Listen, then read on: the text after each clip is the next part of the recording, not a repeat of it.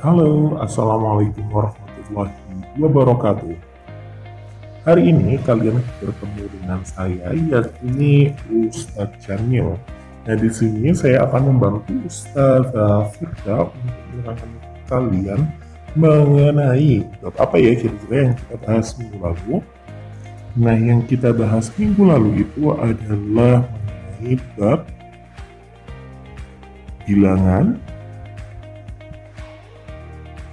berpangkat. Nah,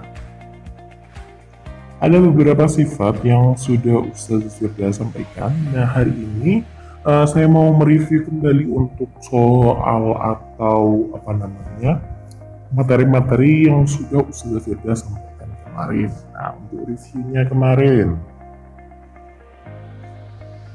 ada A pangkat N kalau dikali dengan A pangkat N nanti akan menghasilkan, kemarin perkalian akan berubah menjadi pangkatnya di apaan? Nah, dijumlahkan. Sedangkan kalau ada dua bilangan berpangkat yang saling dibagikan, berarti kalau pembagian berubah menjadi pengurangan. Nah, oke, selanjutnya kalau ada A pangkat N yang dipangkatin lagi dengan M, sehingga hasilnya adalah A yang dipangkat N yang dikali dengan M. Kalau ada A dikali B terus dipangkatin N, maka pangkatnya ini harus dibagi ratakan, dibagi rata seperti A pangkat N, lalu B juga dipangkat N. Sehingga hasilnya adalah A pangkat N yang dikali B pangkat N. Dan yang sifat terakhir yang kemarin Ustaz Firda sampaikan ke kalian, yakni A pangkat negatif N. Kalau ada A pangkat negatif N, ini adalah pangkat tak sebenarnya. Sehingga kalian akan mengubahnya menjadi 1/, selalu berubah 1/. Kalau awalnya dia pangkatnya negatif, dia ketika turun di bawah akan berubah menjadi pangkat positif. Nah, kemarin kalau saya melihat dari pembahasan kalian masih agak kebingungan pada sifat yang terakhir ini. Sehingga saya akan menjelaskan lebih detail kembali mengenai berpangkat negatif ini. Contohnya ya, saya kasih example. Kalau ada A, bukan A lagi, maaf, saya ulangi lagi. Kalau ada 2 di pangkat negatif 3, hasil terjemahannya kalau diubah menjadi positif, yaitu langsung 1/1 berapa? Perhatikan, kalau dia 2 pangkat, dia berarti tetap 2. Tapi awalnya dia negatif, di sini negatif, dia akan berubah karena ditaruh bawah jadi positif. Negatifnya hilang. Sehingga nanti hasil akhirnya adalah 1 kan tetap. Nah, 2 pangkat 3 setara dengan 8. Hasilnya 1/8. Kalau kemarin kalian ada yang menjawab negatif 1/8, salah. Kalau ada yang menjawab lagi dengan negatif 1/2, salah. Pokoknya kalau pilihan gandanya negatif sudah pasti salah, karena bilangan berpangkat tidak pernah bernilai negatif. Tidak pernah, never. Oke, kalau lagi ya, saya bertanya lagi, seumpama 3 pangkat negatif 2. Nah, ini soal yang kemarin muncul. Berarti nanti kalau kita ubah menjadi bilangan berpangkat positif, kita harus mengubah menjadi 1/3 pangkatnya berapa? 3 pangkat 2, sehingga hasilnya adalah 1/9. Clear ya sampai sini? Nah, Ustadz harap nanti ke 1, 2, 3, 4, 5 sifat ini nanti kalian bisa terapkan di pembelajaran hari ini. Karena pembelajaran hari ini juga masih menyangkut bilangan berpangkat, tetapi kita ngomongin pangkat yang berhubungan dengan akar. Nah, seperti ini. Nanti kalian akan membahas tentang akar itu. Tapi sebelum masuk ke akar, kita harus memahami dulu yang namanya sifat-sifat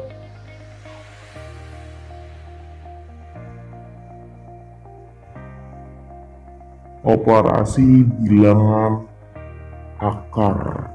Nah, kok bisa bilangan akar ini apa namanya dikaitkan dengan bilangan berpangkat? Nah, sebetulnya kalau ada seumpama ada akar A pangkat N, tapi akarnya ini akar N. Nah, ini sebetulnya bisa kita ubah menjadi bilangan berpangkat. Nah, mengubahnya menjadi A yang dipangkatkan N-nya masih duluan, A pangkat N mengikuti ini ya, pangkatnya didahulukan. Nah, setelah itu nanti pernya baru per N. Oke, langsung kita coba ya, maksudnya apa example-nya. Seumpama Ustadz Jamil punya contoh 2 pangkat 3 yang di akar pangkat 4. Berarti sebetulnya dia akan setara dengan 2 yang dipangkat 3 per 4 menjadi pecahan. Pangkatnya itu menjadi bagian atas, sedangkan akarnya nanti akan menjadi bagian bawah atau penyebutnya. Paham? Cuma merubah bentuk doang. Nah, makanya dari situlah kita akan membahas sifat atau operasi bilangan akar dulu, karena ada hubungannya dengan tadi bilangan berpangkat. Oke. Kita lanjutkan dulu ya untuk operasi bilangan akar ini seperti apa. Nah, operasi bilangan akar ini nanti ada yang pertama ini operasi penjumlahan dan operasi pengurangan. Nah, operasi ini saya tulis lagi ya, penjumlahan dan pengurangan. Nah, syarat untuk melakukan penjumlahan dan pengurangan ini hanya ada satu pakem yang harus kalian pahami, yakni nanti adalah penjumlahan dan pengurangan hanya dapat dilakukan jika akarnya sama. Nah, kuncinya adalah akarnya sama. Berarti kalau nggak sama boleh apa nggak dijumlahkan dan dikurangkan? Jawabannya adalah tidak boleh. Nah, contohnya nanti seperti apa? Nah, Ustadz Jamil kasih contoh ya. Kalau Ustadz Jamil punya seumpama 2 akar 2 ditambah 3 akar 2. Boleh nggak dijumlahkan? Kita identifikasi dulu. Akarnya ini, akar yang ada di sini, sama atau tidak itu yang di dalam akar? Sama, sehingga boleh tidak dilakukan penjumlahan dan pengurangan? Jawabannya adalah boleh. Sehingga hasil akhirnya tinggal menjumlahkan bagian depannya ini, 2 tambah 3, hasilnya berapa? 2 tambah 3 hasilnya 5, 5 akar 2, karena akarnya ini tidak akan berubah, tidak akan menjadi akar 4, tetapi menjadi 5 akar 2, gitu ya. Oke, saya lanjut lagi untuk contoh soal berikutnya. Ustadz Jamil punya 4 akar 3 dikurangi 5 akar 3. Nah, kalau soalnya menjadi seperti ini, berarti boleh dijumlahkan atau boleh dikurangkan? Boleh. Nah, berarti 4 dikurang 5 hasilnya adalah negatif 1. Negatif 1 akar 3. Nah, masih ingat lagi, sebetulnya akar 3 ini kita perlakukan setara dengan variabel. Intinya untuk menjumlahkan dan mengurangkan variabelnya harus sama atau akarnya di dalam itu harus sama. Sehingga angka 1 di sini itu boleh tidak ditulis loh teman-teman, karena kita menganggapnya sebagai variabel. Tanpa kita menuliskan angka 1 di sana, sebetulnya 1 itu sudah ada di sini sebetulnya. Jadi kalian boleh tidak menuliskan angka 1 di depan Ini juga hasil akhir negatif akar 3. Oke, dari sini udah clear ya semuanya. Dan selanjutnya operasi yang paling gampang untuk kita lakukan selanjutnya yakni adalah operasi kedua, yakni kalau ada penjumlahan pengurangan pasti ada perkalian dan pembagian. Nah, untuk perkalian dan pembagian ini syaratnya seperti apa?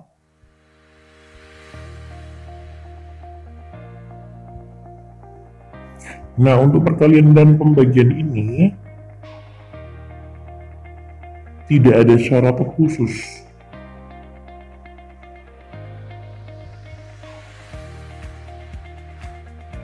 Hanya saja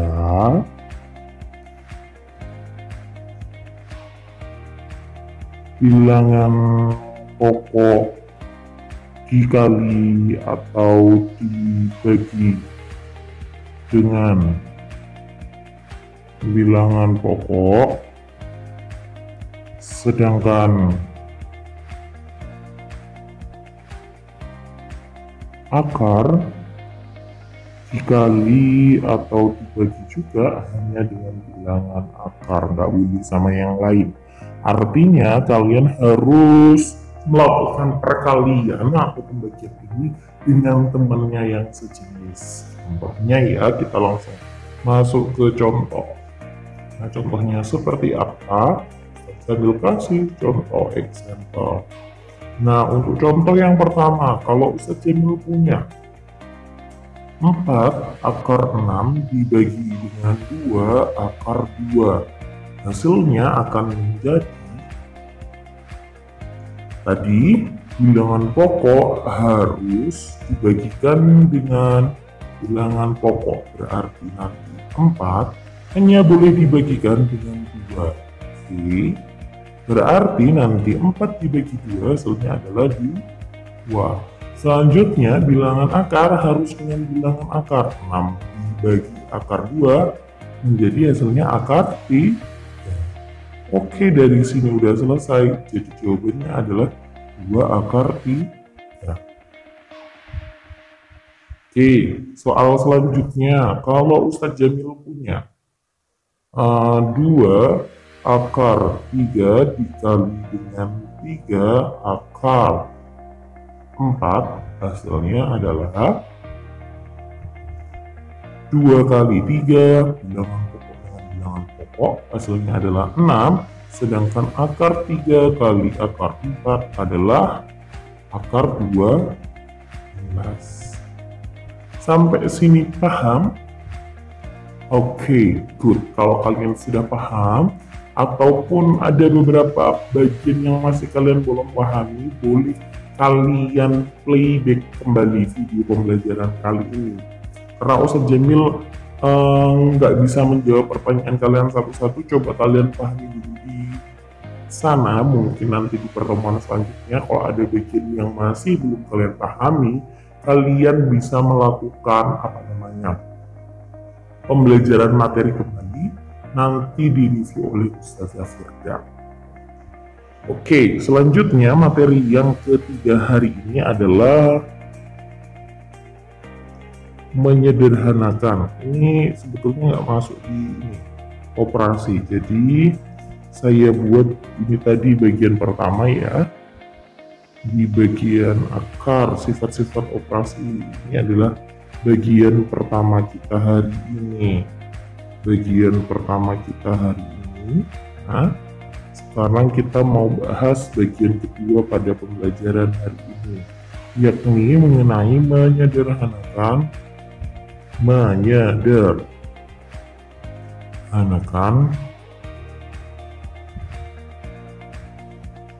bentuk akar.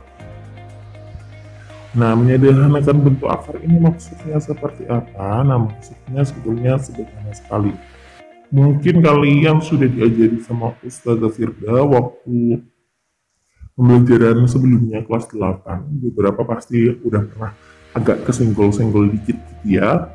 Kalau nanti seumpama ada kayak gini tadi, bentuknya akar 12. Nah, sebetulnya akar 12 itu masih bisa kita sederhanakan kembali. Karena nilainya ini masih terlalu besar untuk di dalam akar, kita bisa menyederhanakan. Kalau kalian perhatikan 12 itu boleh kita ganti menjadi 4 yang dikali 3. Benar. Nah, 4 dikali 3, kalau kalian perhatikan juga, bilangan 4 itu adalah bilangan akar, ya kan? Bisa diakar dong 4 itu. 4 kalau kita keluarkan dari akar atau dikenai akar, hasilnya adalah 2. Sedangkan 3 bisa diakar atau tidak? Nggak bisa kan? Berarti dia tetap di dalam akar. Jadi sebetulnya dia akan setara dengan 2 akar 3. Sampai sini paham? Nah, coba kalau Ustadz Jamil punya contoh lagi. Kalau Ustadz Jamil punya contoh lagi, seumpama 2 akar dari 27. Seumpama kayak gini. Berarti hasilnya gimana? Kita sederhanakan dulu dari 27. 2 yang dikali 27 itu bisa kita sederhanakan menjadi 9 yang dikali 3. Oke.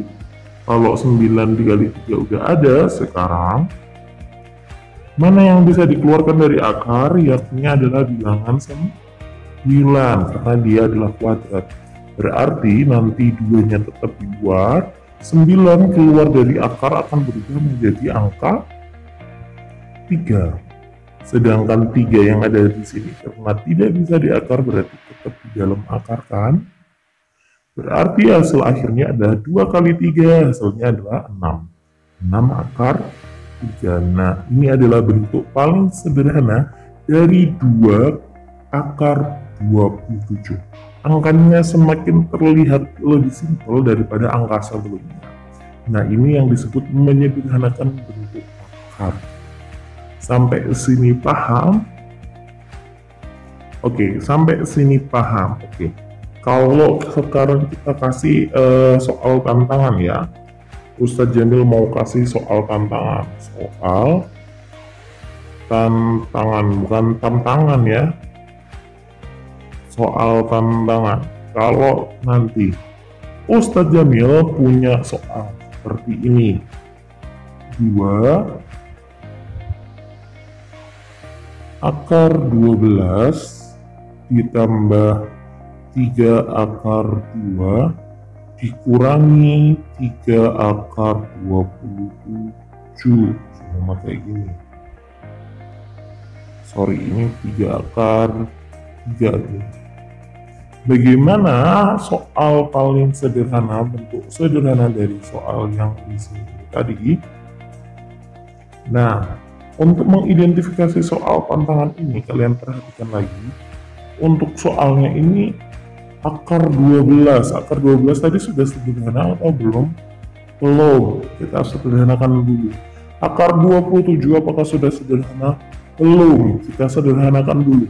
Sedangkan akar 3 sudah sederhana atau belum? Sudah. Jadi nggak perlu diapa-apain. Berarti kita coba kerjain ya. 2 tetap ya soal. Akar 12 ini bisa kita ubah menjadi perkalian berapa? 4 dikali 3.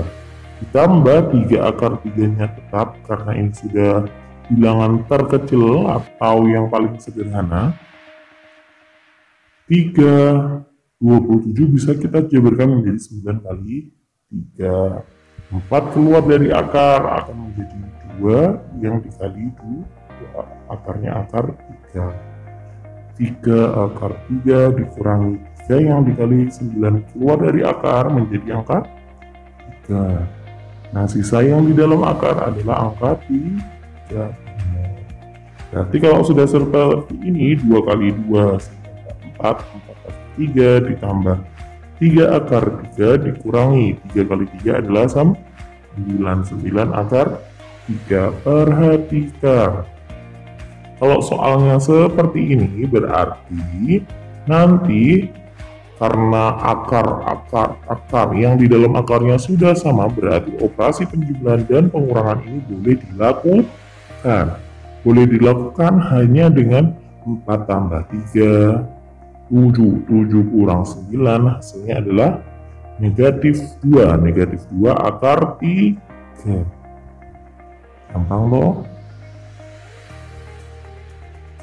Soalnya kelihatannya panjang banget, kelihatannya rumit banget. Tetapi sebetulnya kalau kalian sudah memahami materi dasar yang tadi Ustadz Jamil terangkan, sebetulnya itu simple. Oke, sekarang kalau Ustadz Jamil punya pertanyaan lagi soal tantangan berikutnya ya. Ini tadi adalah tantangan yang pertama, sekarang kita lanjutkan untuk tantangan selanjutnya. Nah, tantangan selanjutnya kalau ada 2 akar 3 ditambah 2 akar 3 dikurangi akar 3, setelah itu ditambah akar 2 akar 5. Soalnya panjang banget kayak gini. Kira-kira kalau kalian perhatikan apa perbedaan soal ini? Kenapa kok Ustadz Jamil ngasih soal ini? Jawabannya adalah karena di sana ada jebakan. Jebakannya perhatikan, akarnya dari ini sampai sini itu masih sama.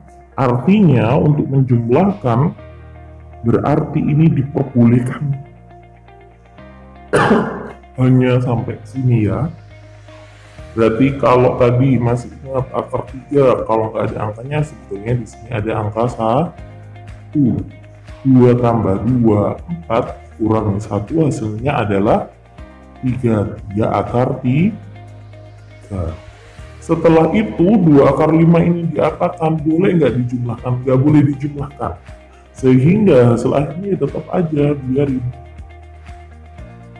3 akar 3 yang ditambah 2 akar 5. Karena tadi syarat untuk menjumlahkan itu di dalam akar itu angkanya harus sama. Kalau nggak sama ya udah biar nggak perlu kalian jumlahkan. Oke, paham kan? Matematika itu mudah, selalu resapi dan percaya kalau matematika itu mudah, insya Allah Allah itu selalu sesuai dengan prasangka hambanya, sehingga selalu berprasangka yang baik terhadap lingkungan sekitarmu. Termasuk matematika, kalian harus yang namanya positive thinking. Oh, matematika itu mudah kok, matematika cuma gitu doang, cuma ini kali ini, itu tambah itu, kecil.